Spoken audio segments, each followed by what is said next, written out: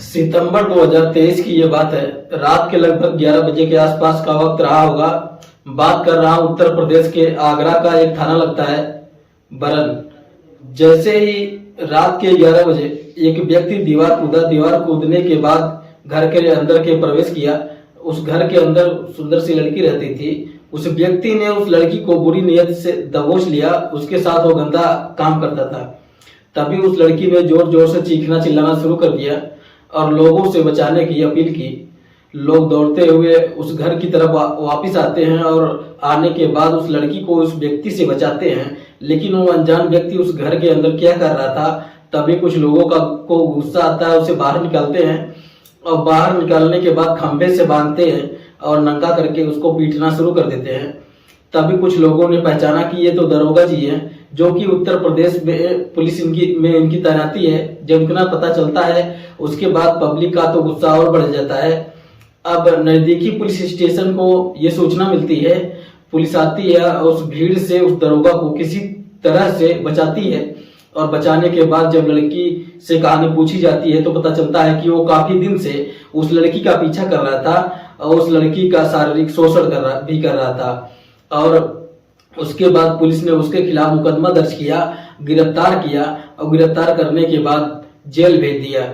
दरअसल उत्तर प्रदेश की पुलिस की कई कहानियां मैंने आपको सुनाई है, मगर आप आज की जो कहानी मैं सुनाने जा रहा हूं, जिसको सुनने के बाद आपको यकीन नहीं होगा। कोई व्यक्ति की जिसको बड़ी जिम्मेदारी मिली हुई है, जो कि एक रक्षक के रूप में तैनात हुआ है, आखिरकार वो कैसे भक्षक हो सकता है। नमस्ते, प्रणाम, हर हर महादेव। मैं हूं प्रकाश पाल। आज की जो सच्ची घटना मैं आपको सुनाने जा रहा हूँ, ये सच्ची घटना है उत्तर प्रदेश के आगरा जिले का एक थाना लगता है सिकंदरा। दरअसल बात कर रहा हूँ, ये जनवरी का अंतिम सप्ताह चल रहा था, 2024 की ये बात है। एक लड़की जो कि एतमादपुर में एक BAMS कॉलेज है, उसी में डॉक्टर की पढ़ाई कर रही थी। वो लड़की एक व्यक्ति को फोन मिलाती है जिसको वो बेइंतहा प्यार किया करती थी।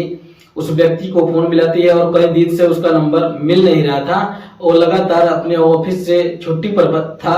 लड़की थोड़ा परेशान हो जाती है, आखिरकार करूं तो क्या करूं, नंबर मिल नहीं रहा है। जितनी बार भी ट्राई कर सकती थी ट्राई करी, और यानी कि उस डॉक्टर ने उतनी बार ट्राई किया, आखिरकार नंबर लग जाता है। और जैसे ही नंबर लगता है उधर से हेलो की आवाज आती है, लेकिन उधर से पुरुष नहीं बोल रहा था बल्कि कोई महिला बात कर रही थी।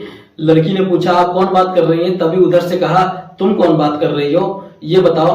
वो कहती है कि मैं आगरे में ही रहती हूँ, डॉक्टर की पढ़ाई कर रही हूँ और मुझे अपने जो प्रेमी है, अपने जो दोस्त हैं, उनसे बात करनी है। उस दोस्त का नाम SK सिंह है। ये क्या ये नंबर SK सिंह की है?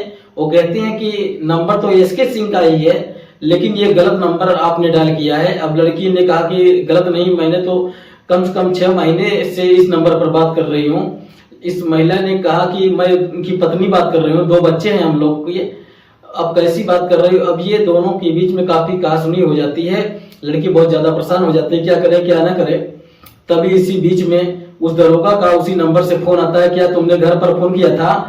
क्योंकि अब दरोगा के घर पर भी भूचाल मच जाता है। दरअसल उस लड़की को डांटा गया, फटकारा गया। उसने कहा कि अब तू दोबारा फोन मत करना। जब लड़की परेशान हो जाती है, कई लोगों से बातचीत करती है कि ये आखिरकार करूं तो क्या करूं, तभी वो लड़की पुलिस के पास जाती है और पुलिस के पास जाने के बाद अपनी कहानी बताती है।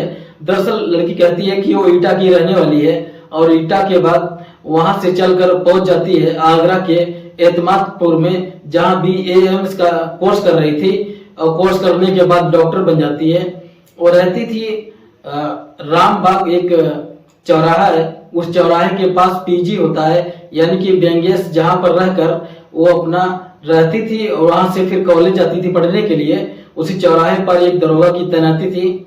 दरोगा देखने में अच्छा होता है, सुंदर होता है, और इस लड़की को देखकर दरोगा ने इससे बातचीत करने की कोशिश की। लड़की ने हालांकि शुरू में ना नुकुर करने की कोशिश की। जब उसने कहा कि मैं उत्तर प्रदेश पुलिस में तैनात हूँ, ट्रैफिक में मेरी पोस्टिंग है, तभी उन दोनों के बीच में थोड़ी बातचीत का सिलसिला शुरू हो जाता है, नजदीकियां बढ़ जाती है। और PG में उस दरोगा का भी आना जाना शुरू हो जाता है, लेकिन बाकी लड़कियां उस PG में रहती थी। उस लड़की को लगता है कि यहाँ रहना ठीक नहीं है।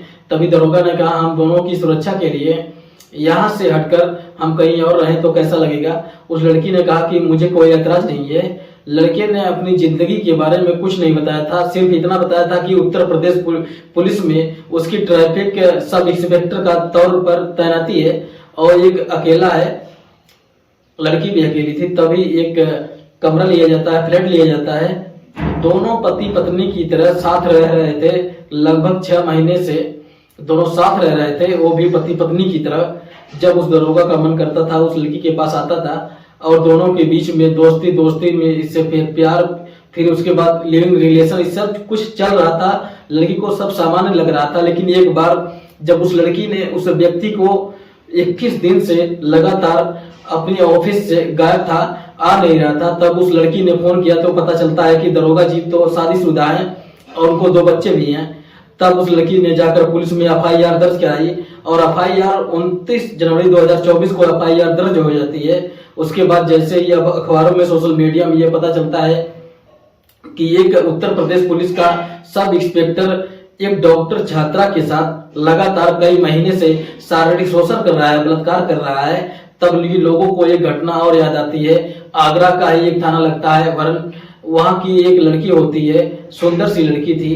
दरोगा जी उस लड़की को देखते थे और उसका पीछा किया करते थे उस पर, और अखबार रिपोर्टों की अगर माने तो उस दरोगा ने उस लड़की का कुछ इस कदर शोषण करना शुरू किया, उसका वो शारीरिक शोषण किया, उसका बलात्कार कर रहे थे और कह रहे थे कि तुमने किसी को ये बात बताने की कोशिश की, मैं तुम्हारे बाप को जेल भेज दूंगा। लड़की डर जाती है और सहमी हुई, परेशान थी। और सितंबर 2023 का ये बात है, रविवार का वो दिन था।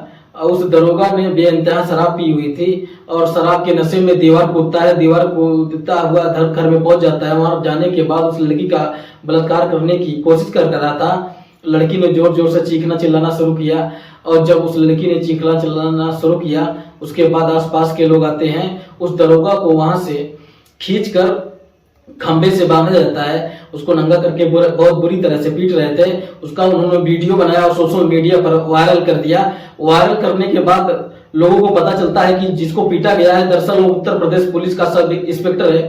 अब यह बात पुलिस तक पहुंच जाती है। लड़की के घर वालों ने पुलिस से संपर्क करने की कोशिश की। पुलिस ने इस मामले को रफा दफा करने में ज्यादा ध्यान लगाया और इस लड़की की जो साथ हुआ था उसमें कुछ दिलचस्पी नहीं ली।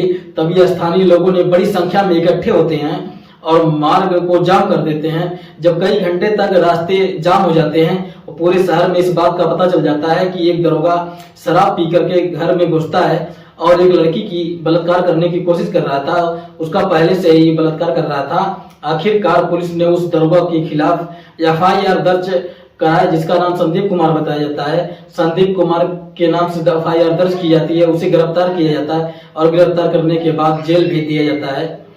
इस वाले मामले में जो लगातार एक मेडिकल छात्रा के साथ शारीरिक संबंध बना रहा था, जब उस लड़की ने विरोध किया तब जाकर दरोगा ने उसके साथ मारपीट की और उसका झूठ मूठ के जिंदगी से उसके साथ जी रहा था। जब पुलिस ने उसके खिलाफ एफआईआर दर्ज की, पुलिस ने इस मामले में जांच पड़ताल में जुटी हुई है और अगर ये मामला कोर्ट जाता है तो जाहिर सी बात है दरोगा का बच पाना मुश्किल है। लेकिन दरोगा जब अब वर्दी पहनते हैं तभी कसम खाते हैं कि हम रक्षा करेंगे आवाम की, और पता चला कि वो प्यार मोहब्बत की वीवो बढ़ाकर लड़कियों का पीछा कर रहे थे और उनके साथ शारीरिक संबंध बना रहे थे। वो भूल जाते हैं कि वो शादीशुदा भी था और शादीशुदा के साथ साथ उसको 2 बच्चे भी होते हैं। अलीगढ़ का रहने वाला वो दुर्ग का बताया जाता है। मेडिकल की छात्रा जो होती हैं वो ईटा की रहने वाली होती हैं।